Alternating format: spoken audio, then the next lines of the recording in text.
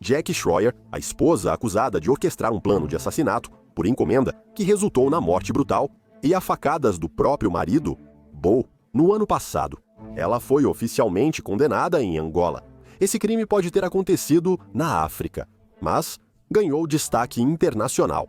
Vamos discutir provas, plano, sentenças, envolvidos e outros temas com um advogado e ex-agente da CIA. Bem-vindo ao Sidebar, apresentado pela Law and Crime. Eu sou Jesse Weber. Você se lembra da história de uma americana que foi acusada de ter um caso com segurança da família e depois mandar assassinar o marido, que era pastor? Mais especificamente, procurando matadores de aluguel e encontrando um local para realizar o crime? Ela foi oficialmente condenada por assassinato, mas não nos Estados Unidos. Não, isso foi em Angola, condenada no Tribunal de Lubango. Estamos falando de Jackie Schroyer, de 44 anos. Ela foi considerada culpada pelo assassinato do marido, Bo Schroyer, de 44 anos. Ela foi condenada a 24 anos em uma prisão angolana e multada em quase US$ 11 mil. Isso ocorreu após sua prisão, em novembro de 2024, logo após o assassinato, e sua acusação formal em fevereiro deste ano. Agora, depois que Bo se mudou com Jack e seus filhos para Angola, em 2021, para trabalho missionário, estamos falando de uma grande pessoa aqui, trabalho missionário. Isso foi por meio da organização evangélica Sim Estados Unidos, da América da Carolina do Norte. Ele foi morto a facadas em 25 de outubro de 2024. O ex-policial de Detroit Lakes, Minnesota, membro da igreja Vineyard, da região dos Lagos, foi atraído para uma área remota por vários homens de Angola com antecedentes criminais por crimes graves. Trata-se de sequestro e assalto à mão armada por criminosos profissionais, segundo o Serviço de Investigação Criminal de Angola. Então, o que eles fazem? Eles fingem que tiveram problemas com o carro, certo? Problemas no motor. Eles o atraem para uma área remota e o esfaqueiam até a morte. O corpo foi achado perto de um carro ensanguentado com seus pertences. Segundo o The New York Post, Jake estava presente, fingiu ir ao banheiro e se escondeu em um arbusto enquanto atraíam seu marido para ser assassinado. E é interessante porque a polícia disse na época que Jackie parecia estar arrasada com a notícia da morte do marido, mas novamente ela era a mente e quem orquestrou tudo. Esses matadores de aluguel receberam basicamente o equivalente a US$ 50 mil de Jackie. E os matadores, segundo o Daily Mail, foram identificados como Isolino Caiô, Gelson Ramos e Bernardino Elias. Precisamos falar sobre Bernardino Elias agora. Ele é o cara com quem Jackie aparentemente estava tendo um caso. Ele trabalhava na casa da família em Angola como segurança. E os investigadores teriam encontrado a arma do crime, uma faca americana feita nos Estados Unidos, na cena do crime. E essa era uma faca que aparentemente foi um presente de Jack para Elias. De acordo com as autoridades, dias antes do assassinato de Bo, Elias e Jack, esses amantes, eles vão até essa área remota, novamente a cena do crime, para dar uma olhada, em antecipação ao ataque, para garantir que tudo estivesse certo lá. Esse é o lugar. E quanto à motivação, por que Jack faria isso? Ela aparentemente não ficou muito feliz que Bo decidiu que a família deixaria Angola assim que seu trabalho missionário terminasse. Manuel Halaiwa, superintendente do Serviço de Investigação Criminal, disse à agência de notícias de Angola que há fortes suspeitas de um relacionamento romântico entre o mandante do crime e seu cúmplice, o segurança da residência do casal. Mencionei Jaqueline. Mas e seus cúmplices? Elias, Caiô e Ramos foram condenados a 21 e 22 anos por homicídio qualificado e lavagem de dinheiro. A mídia local informou que o advogado de Schroyer vai recorrer, alegando inconsistências no processo e problemas com as provas. Quanto a Bo e a família, Bo foi sepultado em 30 de novembro de 2024. Seu obituário dizia em parte, abre aspas, em toda a vida adulta de Bo, seu amor por Deus e pela família foi fundamental para a forma como ele viveu sua vida. Ele se casou com Jacqueline Hawkinson em 6 de maio de 2005, em Andover, Minnesota. Ambos queriam começar uma família. Com a fé como guia, eles deram amor, educação e orientação aos seus 5 filhos. Seu humor único trazia risadas até nos momentos difíceis. O coração de Bo pelas crianças cresceu quando ele e sua filha mais velha, Bella, viajaram em missão à África. Ele se comprometeu a, com sua família, servir ao Senhor oferecendo amor, inspiração, bondade e necessidades básicas às crianças e famílias na África. Mais uma vez, ele usou com sucesso seus talentos nessa vocação. Bo usava as redes sociais para falar do trabalho e contar como a família se mudou para essa vila remota no mato, sem eletricidade, esgoto ou água, mas estavam lá para ajudar. No dia anterior à sua morte, ele postou no Facebook que o povo Nineca, que eles ajudavam, era um dos grupos mais marginalizados de Angola. Quanto às crianças, elas voltaram para os Estados Unidos. Aparentemente, estão sob os cuidados de familiares próximos e também estão recebendo ajuda da igreja. Troy Easton, pastor da igreja Vineyard, da região dos Lagos, afirmou após a condenação de Jack: "É importante saber que o veredito veio após investigação e julgamento rigorosos, monitorados de perto, justos e íntegros. Apesar de agradecer pela clareza e encerramento, fico muito triste ao ver quanta dor e confusão essa notícia causa, especialmente aos filhos e à família de Bo e Jack. Apesar de chocante e difícil de entender, é importante que saibam que o veredito resulta de uma longa investigação e julgamento. As crianças Schroyer seguem bem cuidadas e continuaremos trabalhando com a Sim Estados Unidos da América para garantir seu cuidado e apoio contínuos. Igreja, amo vocês e estou de coração partido por isso fazer parte da nossa história. Eles disseram que oraram para que Jack Schroyer buscasse os braços misericordiosos, cheios de graça e amor do nosso Pai no céu. Assim, Estados Unidos da América declarou: "As circunstâncias da morte de Bo são trágicas e de partir o coração. Agradecemos pelo encerramento que o veredito traz e esperamos que seja um passo para a cura de todos os afetados." Assim, Estados Unidos da América segue apoiando as crianças Schroyer, cuidadas por parentes próximos, com suporte de conselheiros da Sim e um fundo dedicado para auxílio financeiro duradouro. Quero chamar agora Jack Rice, advogado criminal, ex-promotor e ex-agente da CIA. Já participou de mais de 50 júris. Muito feliz em ter você aqui. Primeiro de tudo, você sabe de onde eles são, certo? Você sabe de onde essa família era? Sim, eu sei. Estou nas cidades gêmeas, Minneapolis e St. Paul, sendo St. Paul a capital onde fica meu escritório. Mas Detroit Lakes fica mais ao norte e noroeste de Minnesota, meio perto de Fargo. É uma pequena comunidade de cerca de 10 mil pessoas, muito ligada à vida ao ar livre. A ideia de que ela seria o centro desse movimento internacional, eu não quero usar a palavra espetáculo, mas pelo menos uma história internacional, é algo que acho que o povo de Detroit Lakes também está surpreso. Todos estão confusos. Esse é um grupo religioso de onde vieram. A ideia de que isso pudesse acontecer com essa família de 5 filhos em Angola realmente faz muita gente coçar a cabeça para entender. Certamente em Detroit Lakes e em toda Minnesota. É realmente um caso bizarro e trágico. E é um caso sobre o qual, sabe, eu quero perguntar como foi investigado e processado. Porque você se surpreende com a rapidez com que eles a pegaram e, no final, conseguiram condená-la junto com os cúmplices, porque parecia bem direto. Sabe, às vezes você nunca sabe, tipo, do ponto de vista forense, o que eles vão fazer e quanto tempo esse processo leva. Então, ela foi originalmente presa, nesse caso, lá em outubro de 2024, muito rapidamente, aliás, depois que ele foi encontrado. Acho que foi em novembro. Acho que foram só alguns dias. Foram dias depois do assassinato dele. Talvez você tenha razão. Foi em 1º de novembro, ou por aí, pois saiu no jornal local de Minnesota sobre essa família.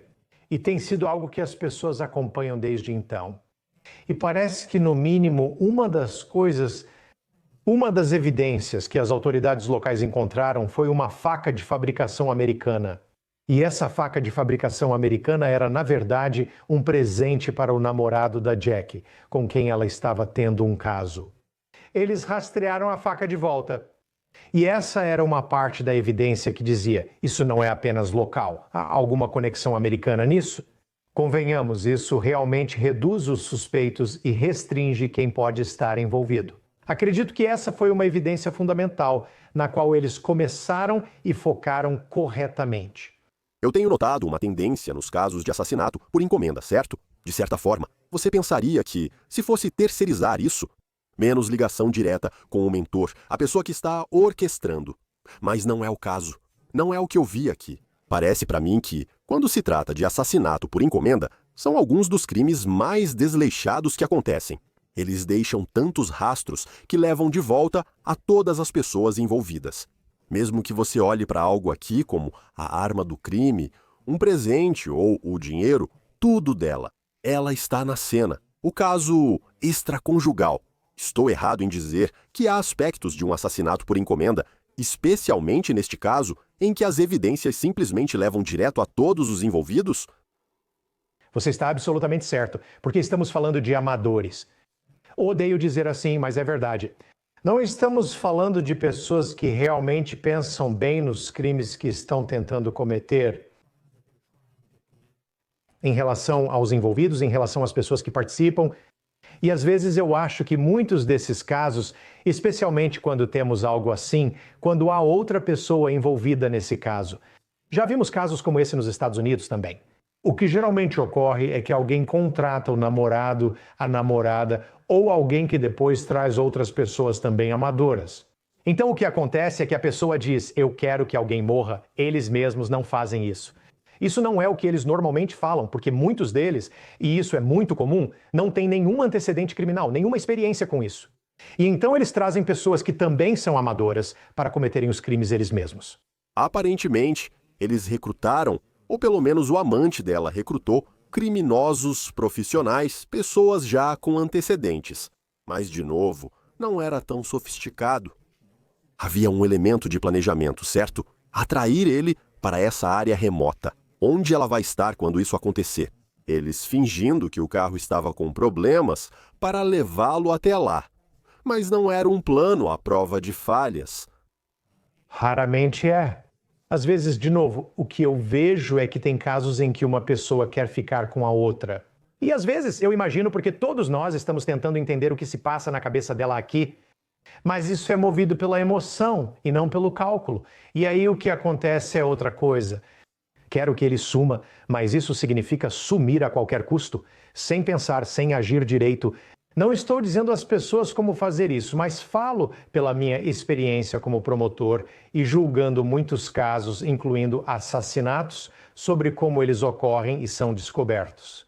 Isso não é algo em que pessoas assim pensam. E eu posso até voltar ao meu tempo no governo federal agora, como as coisas são feitas internacionalmente. Não é assim que se faz. E ainda assim, ao mesmo tempo, pelo menos, o que parece que estamos vendo aqui é justiça. E o que você finalmente tem é uma acusação e condenação relativamente rápidas, uma acusação e condenação relativamente limpa dos envolvidos. Ela acaba cumprindo 24 anos. Os outros 3 homens que ela contratou por $50 mil pegaram entre 21 e 22 anos de prisão. Isso é interessante, Jesse. Notei que às vezes o assassino, quem comete o crime, cumpre mais tempo que o mentor. Já vi isso antes e suspeito que você também. De certa forma, eu acho. Do ponto de vista da justiça, fico satisfeito que o mentor, neste caso, a pessoa que impulsionou esse ato horrível, seja quem pague o preço mais alto por isso. Porque, frequentemente, o que eu vejo é que aqueles que estão, por assim dizer, no comando, tomando essas decisões, são os que parecem sair impunes. E aqueles que são jogadores de nível mais baixo, de alguma forma, acabam pagando um preço muito mais alto. Eles são o alvo mais fácil e os mais fáceis de processar, algo que promotores às vezes fazem. Ela começou isso e levou para o lado pessoal. E quando eu penso sobre isso, e você já cobriu tantos casos diferentes, certo? Você tem muita experiência nisso. Se eu estou analisando o motivo aqui, ela está tendo um caso, ela não está feliz que Bo vai levar a família e sair dessa região quando o trabalho missionário acabar, pagando matadores de aluguel para fazer isso. Isso parece um caso fora do comum para você? Você está dizendo que esse é um padrão que eu já vi várias e várias vezes, quando cônjuges ou pessoas próximas matam seu parceiro ou contratam alguém para fazer isso. Isso é só um padrão, algo que você já viu antes? Eu já vi isso antes. Jesse, eu sei que você também já viu. Quero dizer, estou pensando em um dos casos. Houve um caso grande em Los Angeles. Havia um homem que era cabeleireiro. Quero dizer, ele era grande na indústria da cosmetologia no mundo. As pessoas sabiam quem ele era. E ele foi morto pela esposa e pelo amante dela, e várias outras pessoas estavam envolvidas. Já vimos casos assim na Flórida e em outras partes da costa leste onde isso acontece. Acho que isso acaba virando uma linha do tempo. Quero que seja feito rapidamente. Eu odeio falar sobre como você faz isso, certo? Mas o que estou dizendo é que o que você consegue é algo muito, muito, muito mal feito. E esse é o problema. Do ponto de vista da promotoria ou do ponto de vista da defesa, legalmente é complicado quando você tem várias pessoas sendo julgadas por um único crime. Sabe, quando penso no aspecto de conspiração disso, e já vi isso do ponto de vista da promotoria, e eu treino promotores, eu treino advogados de defesa. Isso é algo que vamos fazer na próxima semana. Uma das vantagens de acusar casos de conspiração é que você pode basicamente acusar todo mundo por tudo o que cada um faz. E o que você sempre vê, e isso é o que eu faço do lado da defesa, é que estou sempre tentando o que chamam de separar. Quero excluir meu cliente do grupo de 3, 5 ou 6 pessoas e afirmar que ele responde apenas por seus próprios atos. Mas o benefício de ir atrás das pessoas em bloco, todas juntas, é que você pode trazer provas para dizer que a pessoa principal fez X, Y e Z, além de A e D. Mas vamos dar uma olhada no que o primeiro co-conspirador fez. E você começa a somar essas coisas. E o que você faz é começar a entrelaçar tudo isso como se fosse uma colcha e mostrar o que realmente é. É um esforço amplo, proposital e intencional para fazer com que algum ato aconteça. Neste caso, foi a morte de outra pessoa. E, então, o benefício de processar de forma conspiratória é justamente esse. Frequentemente, um grande exemplo disso é que foi assim que o governo federal foi atrás da máfia. Porque o que você acaba conseguindo é uma série de pessoas que podem estar envolvidas em tudo, desde lavagem de dinheiro até agressão sexual, assassinato e todo tipo de coisa. Mas há 15 envolvidos e nenhum deles tem um caminho limpo para conseguir tudo isso. Mas se você consegue amarrá-los uns aos outros, o que acontece é que, bem, todo mundo ganha sapatos de cimento. Sabe o que eu quero dizer? É assim que funciona se a gente for continuar com a máfia. E uma das coisas com as quais eu queria encerrar e é a sua especialidade por ter feito parte da CIA. Não sei se existe essa sensação, especialmente ao lidar com americanos no exterior. Se um crime ocorre no exterior, há como encobri-lo. Vai haver falta de investigação. Não foi isso que aconteceu aqui. Vocês tiveram uma investigação minuciosa, uma acusação minuciosa. Sabe, tiro o chapéu para as autoridades de lá, para os investigadores de lá, que conseguiram juntar tudo isso e juntar tudo muito rapidamente. Na sua experiência, não sei se você já trabalhou na África ou não, mas na sua experiência em outros países, o sistema jurídico deles, o sistema de aplicação da lei deles, está a altura, certo? Eles realmente estão solucionando o que seria um caso complicado. Sabe, é uma ótima pergunta. Então, eu ensinei habilidades de advocacia em julgamento em Tbilisi, na República da Geórgia, ensinei para eles não faz muito tempo, na Turquia, em Istambul. Já lecionei no sul da Rússia, Quênia, Sudão do Sul, Uganda e outros lugares. Então, Tailândia e outros lugares do mundo. E eu me lembro de estar sentado ao lado de um advogado que foi promotor e depois advogado de defesa criminal, mais ou menos da minha idade, em um lugar chamado Gulu, no norte de Uganda. Esse cara era igualzinho a mim. Nossas experiências eram muito parecidas no que fazíamos e como fazíamos. O nível de sofisticação era exatamente igual ao que eu faço todos os dias, não havia diferença nenhuma. A ideia entre algumas pessoas de que, se você vai para outras partes do mundo, de alguma forma essas pessoas são inferiores, de que de alguma forma essas pessoas são incapazes. Temos pessoas muito competentes e, como nos Estados Unidos, também algumas menos competentes. Essa é a verdade. Isso existe aqui e lá também. E então você chega a um ponto em que há alguns agentes da lei que sabem o que estão fazendo. Eles sabem como fazer o trabalho deles e fazem isso muito, muito, muito bem. Então, se você chega a um lugar e simplesmente assume, este é, entre aspas, o terceiro mundo, o mundo em desenvolvimento, então eu posso fazer o que quiser, acho que você deveria olhar mais de perto e perceber que nem sempre é assim que as coisas funcionam. Não, esse é um ótimo ponto. Esse é um ótimo ponto. Acho que o ponto que levantei, sem falar pela Sion Schroyer, era se ela pensou: se quiser me livrar do meu marido, é melhor fazer isso aqui do que nos Estados Unidos. Pode haver um mal-entendido sobre o quão minuciosos, profissionais e competentes são as autoridades policiais e os promotores em todos os países ao redor do mundo. Não sei se foi só um momento de pânico, sabe? Ela achou que eles iam embora e tinha o amante dela. Novamente, tiro o chapéu. Sempre tentei isso. Parabenizo investigadores e promotores que prendem bandidos. Seja nos Estados Unidos ou em outro país, é uma situação horrível.